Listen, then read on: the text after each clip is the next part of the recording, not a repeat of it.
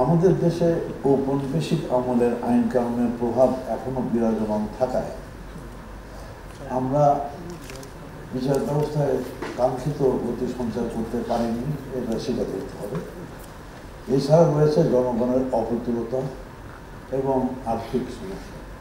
কাজে এই কিছুর সংমিশ্রণে বিচার ব্যবস্থায় যে তার গতি সঞ্চার করতে পারেনি এবং এই ব্যাপারে যে আমরা এখনো পিছিয়ে আছি, এটা অনস্বীকার্য। কিন্তু তাই বলে দ্রুত বিচার পাওয়ার উদ্দেশ্যে আইনকে হাতে তুলে নিতে হবে, এটা কিন্তু কোনোভাবেই আমরা মেনে নিতে পারি না। এবং এই আইন হাতে তুলে নেওয়ার মধ্য থেকেই শুরু হয়েছে এই মব ভায়োলেন্সের বিষয়টি। কিছুদিন আগেও এটাকে বলা হতো মব জাস্টিস। এই জাস্টিস কথাটা এই মবের এই কর্মকাণ্ডের সঙ্গে কেমন যেন তারা সিঁড়ে উঠতে এরকম একটা শব্দের ব্যবহার করার জন্য ধন্যবাদ জানাই সংশ্লিষ্ট সেই সকল ব্যক্তিকে যারা পরবর্তীতে ইদানিংকালে মব সন্ত্রাস নামে একটা কথা দিতে পারে, যেটাকে আগে বলা হতো mob justice. In any case it cannot be justice, এটা সন্ত্রাস।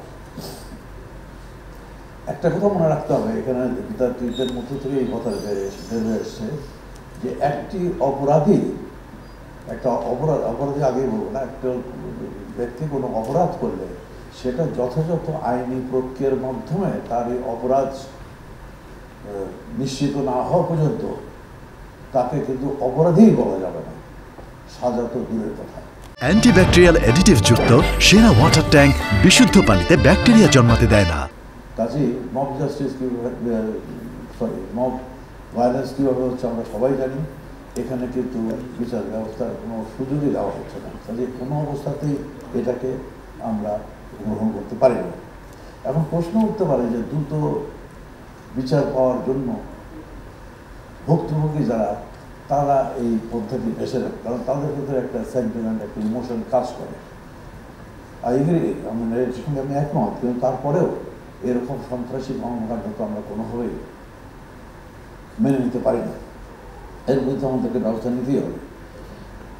আরেকটি জিনিস খেয়াল রাখতে হবে, এই দ্রুত বিচার পাচ্ছি না এই অজুহাতে, যেটা আমাদের সভাপতি মহোদয় উল্লেখ করেছেন, বিচার পাই না বা বিচার দীর্ঘায়িত হচ্ছে, সেই অজুহাতে যারা এই সমস্যাগুলি সৃষ্টি করছে তাদের ভেতরে কিন্তু কিছু লোক, যাদের সঙ্গে এগুলোর কোনো সম্পর্ক নেই, তারা শুধু সমাজের নৈরাজ্য সৃষ্টির জন্য বা রাজনৈতিক উদ্দেশ্য কোনো একটা হাসিল করার জন্য তারা ইন দ্য নেম অফ এই ভায়োলেন্স তারা এগুলো ঢুকে পড়ছে এবং এই সমস্ত কর্মকাণ্ড করে যাচ্ছে, যার কারণে এই মব ভায়োলেন্সগুলো সৃষ্টি হচ্ছে। কাজে সেদিকেও দৃষ্টি রাখতে হবে। এটা সবসময় কিন্তু কেবলমাত্র ভুক্তভোগীরাই যে করছেন তা না, এর মধ্যে দুষ্কৃতকারীদেরও ইন্ধন রয়েছে বা তারা ঢুকে পড়েছে এর ভিতরে। এটাকে গার্ড করার জন্য আমাদের মব ভায়োলেন্সের ব্যাপারে সঠিক পদক্ষেপ নিতে হবে।